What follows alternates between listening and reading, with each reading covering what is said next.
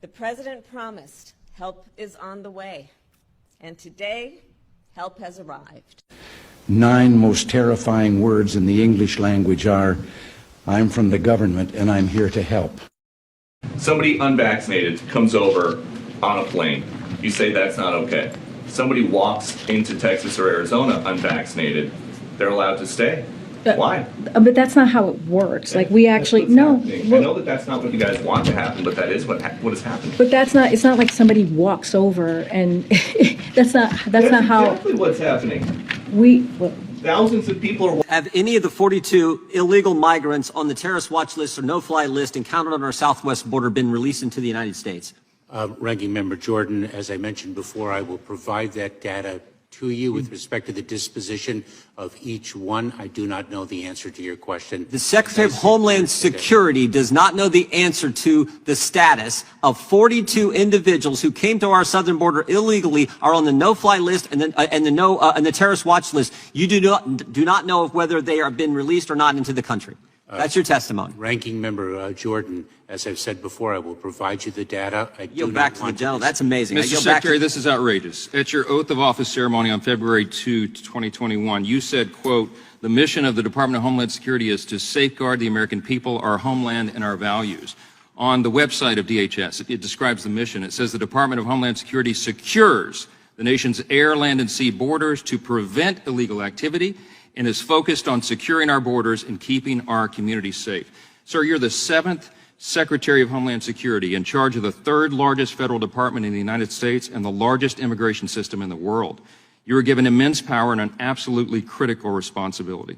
Of all of our federal agencies, sir, I think yours is the one that has the smallest margin of error. Because if the Secretary of Homeland Security is unable or unwilling to give these answers, to perform his duties and accomplish his mission, crime surges, chaos ensues, and innocent people die.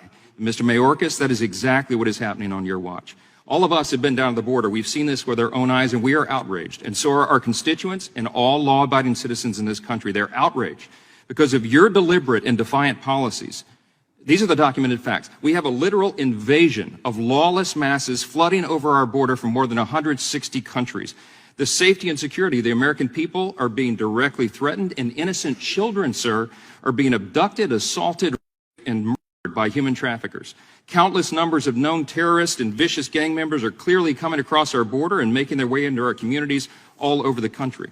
The precious treasure of American taxpayers is being used to incentivize and reward all this because illegals are given food, clothing, health care, cell phones, welfare benefits, and we also, the taxpayers, pay for ghost flights and bus tickets so they can send them around and secretly transfer these folks into all of our communities across the country. It is your policies, and because of them, that our entire country is becoming a crime scene. And we are dealing with a humanitarian disaster that would have been unimaginable just 3 or 4 years ago. Because of your policies, the drug cartels are making billions of dollars and building their empires, and they are drowning our streets in fentanyl and other deadly substances, and that has made drug overdoses, as you know now, the #1 cause of death for Americans ages 18 to 45. Our brave Border Patrol and law enforcement agencies and officers are completely overwhelmed, and they are personally endangered. And the rule of law is being trampled underfoot, and the stability and the very sovereignty of our nation is being threatened like never before. I have a long list of questions I was anxious to ask you today, but I've been watching you. You know, you've been on Capitol Hill for 3 days now. You've been in 3 committees. You have an extraordinary talent, I think, for evading questions, and you've provided answers that are not accurate, and that's documented. You're insulting the intelligence of the American people, and you're subjecting them to extraordinary danger. This is not a game. It's been detailed over and over this week, and here again today. You have presided over the greatest immigration catastrophe in American history, and it's an objective truth that you have helped design and implement this system.